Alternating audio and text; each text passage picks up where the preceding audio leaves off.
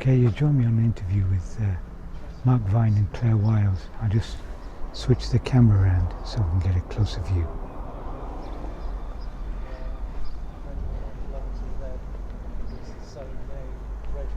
Fought here in the month of February 1645, when several royalists in the town have been plotting for months to bring the town back under the control of King Charles I. So since then I got interested in the history, and when I moved here from Poole I realised that a lot of the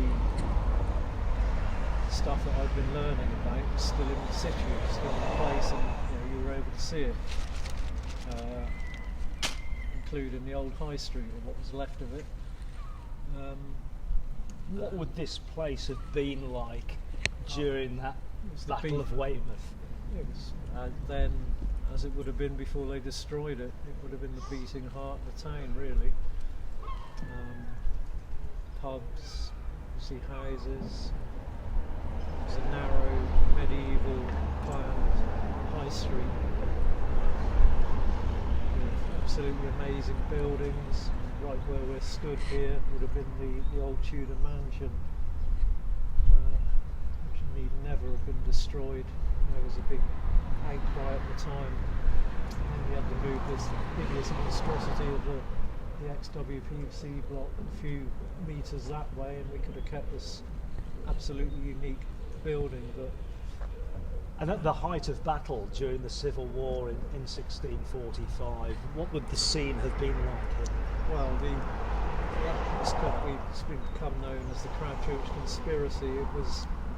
It happened originally on the 9th of February 1645, when 60 heavily armed Portlanders attacked the fort that was up on Chapel Hay and another one at the Nove. Surprised it. Nobody was expecting the attack. They carried both forts. They started shelling Malcolm over the water. The people in charge on the parliamentarian side, the Sydenham brothers and Winford Eagle, one of them led a counter-attack up the hill here to try and recapture the fort, and he was mortally wounded. That was Major Francis Sydenham, the Dorset hero. And his brother William, who was governor of the Twin Towns, was over there in Malcolm. Basically, the Roundheads that could escape went over to Malcolm, and sort of week-long internecine bombardment started, because the Royalists had taken the Weymouth side of the two powerful forts, Chapel Hay and the Nove. They obviously got the better of it. There's a building in Malcolm now from that time of cannonball damage in the wall.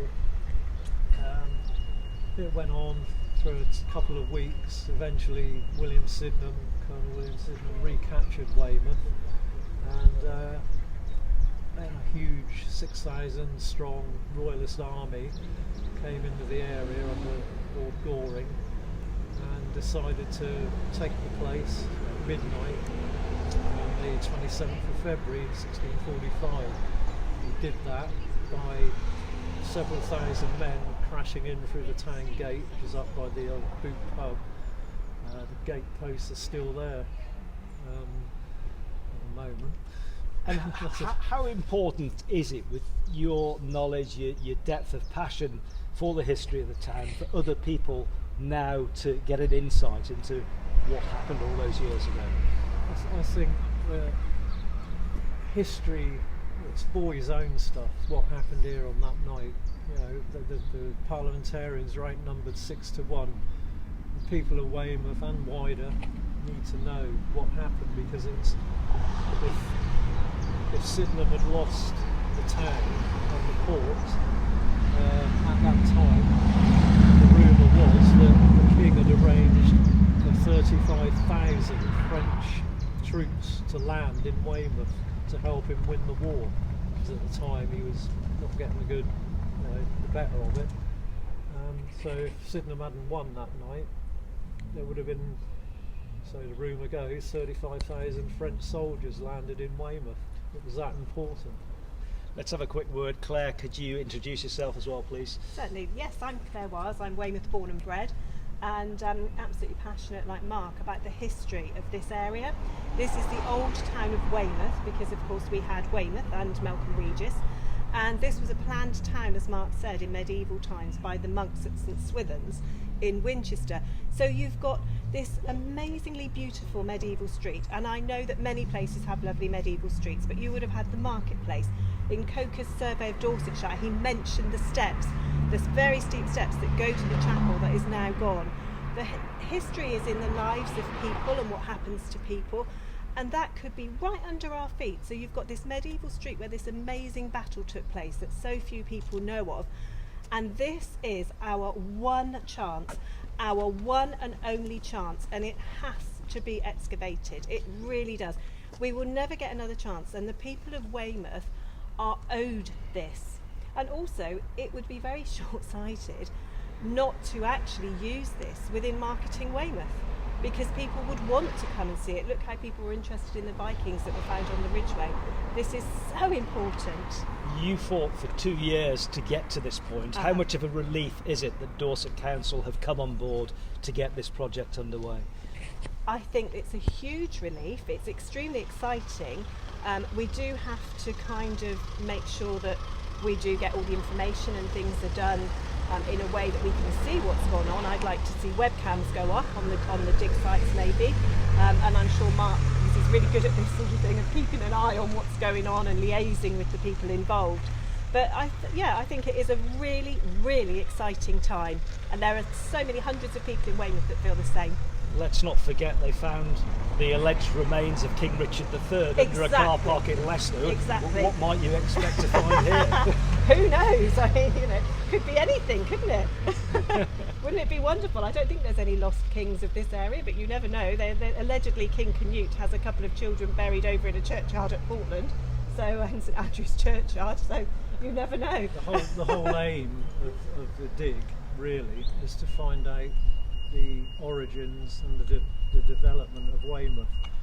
Places like Dorchester, you've only got to put a trowel in the ground and there's a dig, but in Weymouth, I mean, I think there was one about 1994 in the town. I don't think there's ever been one since.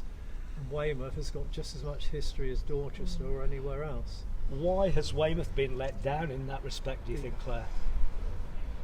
Bucket and spade mentality. I do hate to kind of just criticise people, but what I would say is we have to have our council on board, and perhaps councils of past times were not interested in history. I know it's not everybody's bag, but it shouldn't be their opinion, their choice to make. This is about everybody's history, and when things have gone so badly wrong as the building of this monstrosity and the loss of so many amazing buildings, this cannot be allowed to happen again, because you can't rebuild history in that way. You can maybe build a building that looks like it, but it's not the fabric of that building, it's not the soul of it, it's not the people that lived there, it's not walking in the footsteps where they walked.